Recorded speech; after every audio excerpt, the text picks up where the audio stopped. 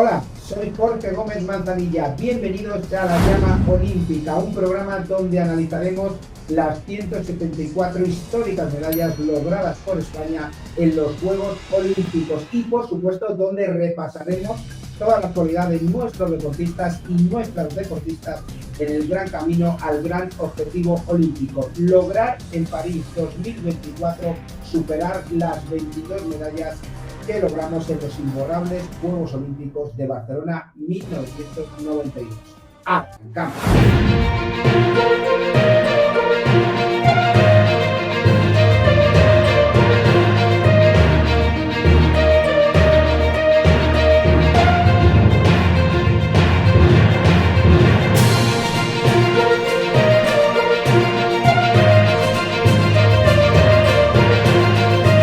Nuestro tercer programa de hoy analizaremos las dos siguientes medallas que consiguió España. Una España que, si recordáis, la dejábamos fuera de los Juegos Olímpicos de Berlín 1936 y el motivo volvía a ser un motivo político. España sufría una cruenta, horrible, sangrienta y a la vez sin sentido guerra civil. Una guerra que duraría 3 años y que nos dejaría miles de muertos, mutilados, heridos y sobre todo mucho rencor en los españoles y una España cargada de hambre y de miseria.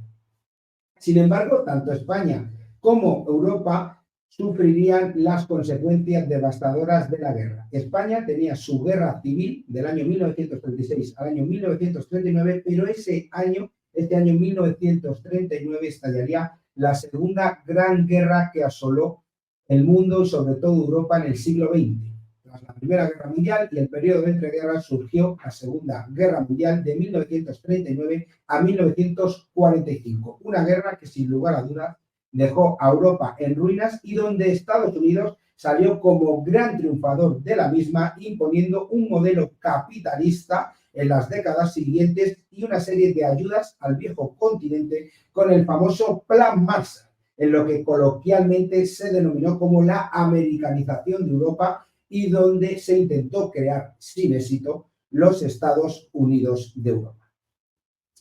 Precisamente en Berlín 1936 se idearon unos juegos donde Hitler y su ministro propagandístico Nat Joseph Goebbels idearon unas olimpiadas de exaltación de la raza aria por encima del resto de razas del planeta. Algo terrible y donde la superioridad nazi intentaron imponer sobre el mundo occidental. Bien es cierto que Alemania en estos Juegos Olímpicos de Berlín lideraría el medallero. De hecho, fijaros, consiguió 89 preseas y 33 de oro.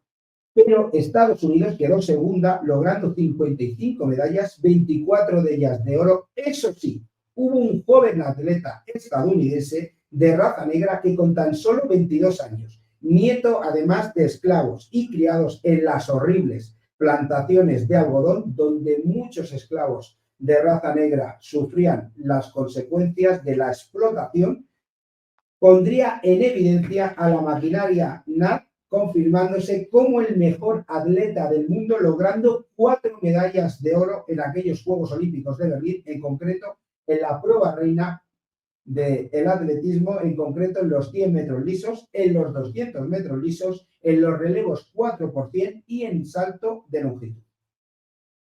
Precisamente, Hitler, enfurecido, abandonó el palco presidencial. Imaginaros cómo bajaría esas escaleras aquel 5 de agosto de 1945, cuando ese joven norteamericano lograba el oro en la prueba reina, como digo, en los 100 metros lisos. Pero, ¿sabríais decirme de qué atleta se trataba? Os doy, como siempre, varios supuestos. Supuesto A, Chris. Supuesto B, Jesse Owens. O supuesto C, Eddie Coleman. Efectivamente, lo habéis adivinado. Siempre la respuesta del medio. Jesse Owens lograba esas 4 medallas olímpicas, esas 4 medallas de oro, repito, en 100 metros lisos, en 200 metros lisos, en 4% metros y en salto de longitud. Pero deportivamente, España, con el paso de los años, iría reponiéndose de su guerra civil y participaría en más Juegos Olímpicos, pero ¿sabríais decirme en qué año se volvieron a restablecer los Juegos Olímpicos tras la cruenta Segunda Guerra Mundial? Os doy 3 supuestos. Supuesto A, 1946, supuesto B, 1948 o supuesto C, 1950. Bingo, lo habéis adivinado. Otra vez, la respuesta del medio. 1948. En efecto, en 1948 se disputarían en Londres los Juegos Olímpicos. Curiosamente, en la capital del Estado británico, que tanto sufrió los bombardeos de la famosa Luftwaffe del ejército NAF, en ese poder aéreo que demostró ese supuesto imperio alemán a inicios del siglo, a inicios de la década de los años 40. En concreto, en el año 1941, precisamente en esa heroica resistencia que el ejército británico tenía frente a esa Alemania NAF, y cuando Churchill, desesperado, pedía al presidente estadounidense Roosevelt, por favor, la intervención en el gran conflicto bélico en la Segunda Guerra Mundial. Tendrían que pasar unos años para que Estados Unidos se diera cuenta que también estaba inmerso en ese conflicto, en el famoso bombardeo en Pearl Harbor del otro eje del mal del imperio japonés a la flota naval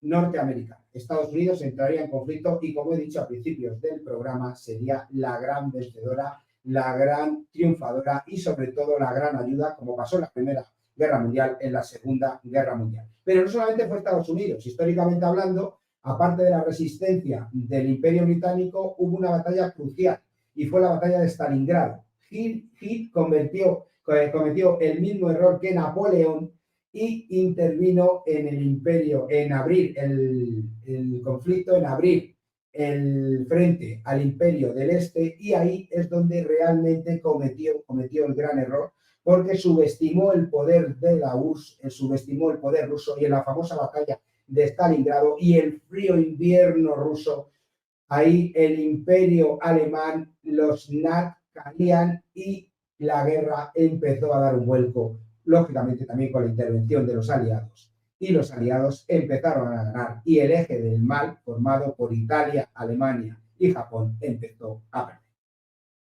Y con las cicatrices de este gran conflicto tendrían lugar los Juegos Olímpicos, 12 años después, en concreto en Londres, como digo, 1948, y donde curiosamente se repartieron en una ceremonia inaugural que tuvo lugar el 24 de julio, imaginaos el calor que hacía, el 24 de julio de 1948, tuvo lugar la ceremonia inaugural, una ceremonia inaugural que duró 4 horas y donde se repartieron una serie de bocadillos de queso, además de 2 tomates. Imaginaros para los atletas lo que supuso eso tras la cruenta guerra y el hambre de la Segunda Guerra Mundial, no solamente para los atletas europeos, sino también para los españoles, porque España estaba en una política autárquica y poco a poco fue saliendo de ella, especialmente con la llegada en los años 60 de las bases americanas y también el poder de la construcción, y las familias españolas poco a poco empezaron a poder comprarse un televisor pagado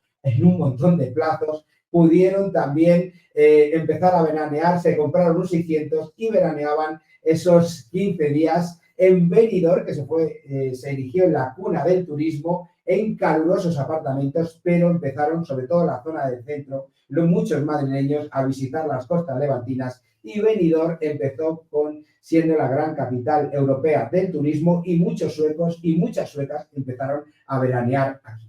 En cuanto a las medallas de España, que vamos a repasar en este tercer programa, como hemos dicho, la medalla 6 y la medalla 7, la medalla 6 llegó en Londres en 1948 y en concreto volvió a ser de un deporte dedicado a los nobles. Si os acordáis un poquito, en los programas anteriores hablábamos de la hípica y en concreto el concurso en saltos por equipos, donde conseguíamos décadas atrás la medalla de oro. Aquí fue una medalla de plata, pero una muy valiosa medalla, la sexta histórica medalla de España en los Juegos Olímpicos, y una medalla que, como digo, llegó de la hípica y llegó en esos denominados Juegos Olímpicos del Hambre de Londres 1948. Eso sí, España no faltaría a su lucha por las preseas y no faltaría al podio, logrando esa medalla, y un deportista, el deportista olímpico español más laureado durante décadas, que había sido campeón olímpico y que en esos Juegos Olímpicos de Londres conseguiría la medalla de plata. Pero, ¿sabríais decirme quién fue ese deportista? Os doy varios supuestos. Supuesto A, Ricardo Zamora. Supuesto B, José de Amestola. O supuesto C, Navarro Morenes.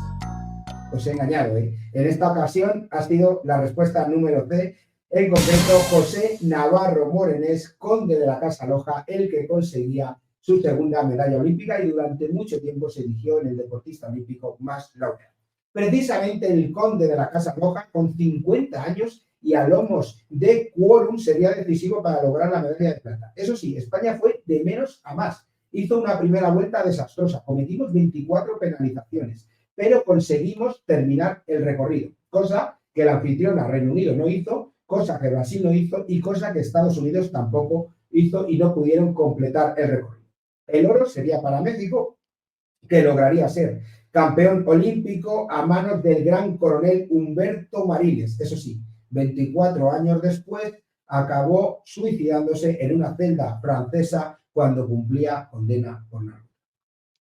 En cuanto a la séptima medalla, habría que pasar 4 años después, nos iríamos, cogeríamos nuestro avioncito virtual y pasaríamos del calor al frío, en concreto, iríamos a Finlandia y a su capital, a Helsinki. Ahí, en 1952, España conseguiría otra medalla de plata, en concreto en tiro en la modalidad de pistola 50 metros. La medalla llegaría de manos nada más y nada menos que de un inspector de policía. Sí, sí, en concreto de Ángel Luis Gonzalo, en un deporte muy dado al gremio policial y que en los años 50 en España, una España que luchaba por salir, como digo, de esa autarquía y que en los años 60, gracias al turismo y a la construcción, conseguiría ir saliendo de la misma. En la modalidad de tiro, como digo, en pistola, en una distancia de 50 metros, nuestro inspector tenía marcado en rojo esos Juegos Olímpicos, porque un año antes, en concreto en 1951, fue campeón del mundo y se preparó para poder ser campeón olímpico. Sin embargo, la historia de Ángel Luis Gonzalo tiene sus luces y sus sombras, y en sus sombras pasarían 2 graves inconvenientes que le impedirían ser campeón olímpico. El primero, en los Juegos Olímpicos de Helsinki, 48 horas antes de competir. ¿Qué le ocurrió? Bueno, pues lo que le ocurrió fue que su arma se averió y no pudo al final competir en igualdad de condiciones. Lógicamente, fue por un arma, era más ligera, pero aparte de que era más ligera, su empuñadura no iba sujeta firmemente como su otra arma averiada a la muñeca. Al final consiguió, como gran campeón que era, subir al podio, consiguió la medalla de plata, pero en esta ocasión fue el norteamericano Benner, sargento del Estado estadounidense, el que fue campeón olímpico, y la medalla de bronce fue para el húngaro Bálo. Y el segundo gran inconveniente de Ángel Luis Gonzalo llegaría en Melbourne en 1956. En ese momento España gozaba de un gran equipo de deportistas, no solamente Ángel Luis Gonzalo, sino Miguel de la Cuadra, lo habéis adivinado.